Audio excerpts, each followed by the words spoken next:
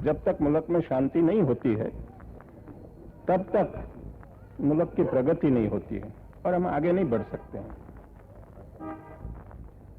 ये एक बदकिस्मती हमारी थी कि एक हमको आज़ादी मिली, वो आज़ादी की जो खुशहाली होनी चाहिए, इतनी खुशहाली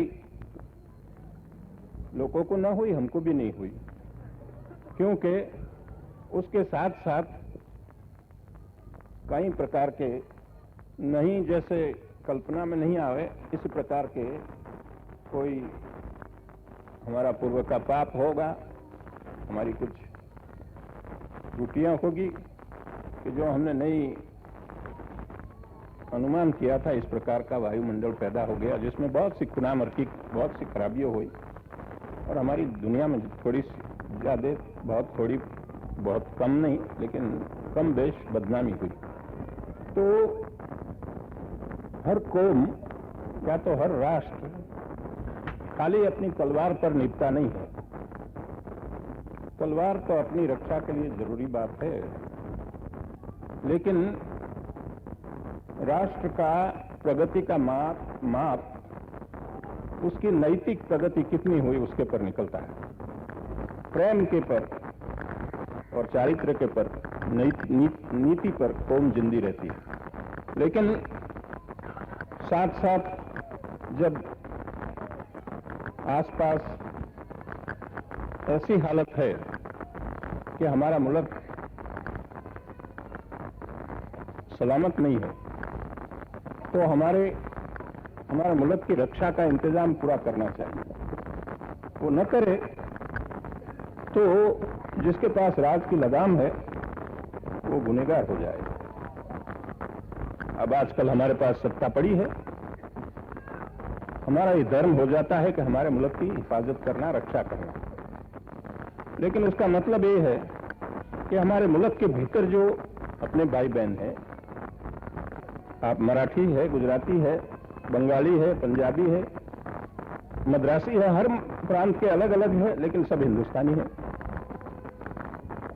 या हिंदू है, मुसलमान है, सिख है, पारसी है, अलग अलग मजहब है। इस मुल्क में जितने मजहब है, जितनी भाषा है, दूसरा कोई मुल्क में नहीं है। लेकिन तो भी उसकी संस्कृति सारे मुल्क की एक है, जो हिंदी संस्कृति। अब उसमें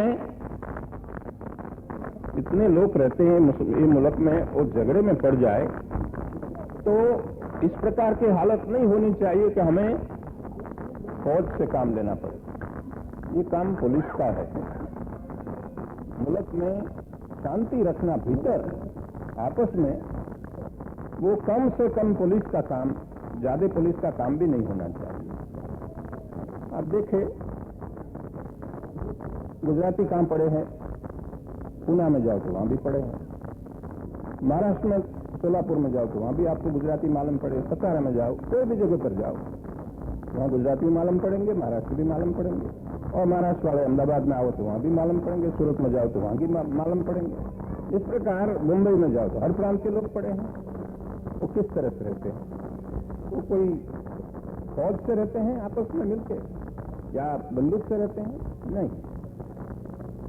वो हमारी संस्कृति ऐसी है कि हम एक दूसरे के साथ एक बाप की सजा है, इस तरह से हम समझते हैं कि हिंदुस्तानी हम हैं सब, तो हमें मिलजुल कर रहना है। लेकिन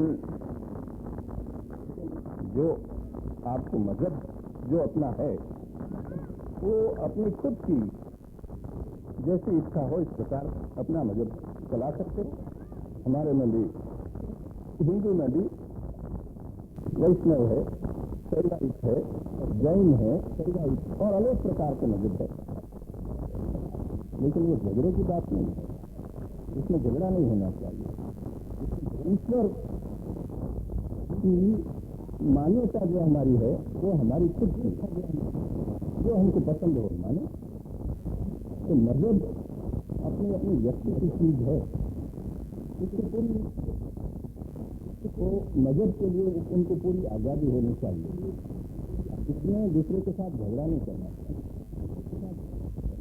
इस प्रकार हमारा रोजगार है, हमारा जो धंधा करना है वो रोजगार में भी हमें कोई झगड़ा नहीं करना। तो आपस में मिलजुल के जो हम रहते हैं तो हम तो बंदूक के डर से नहीं रहते हैं, लेकिन मदद कर सकते हैं।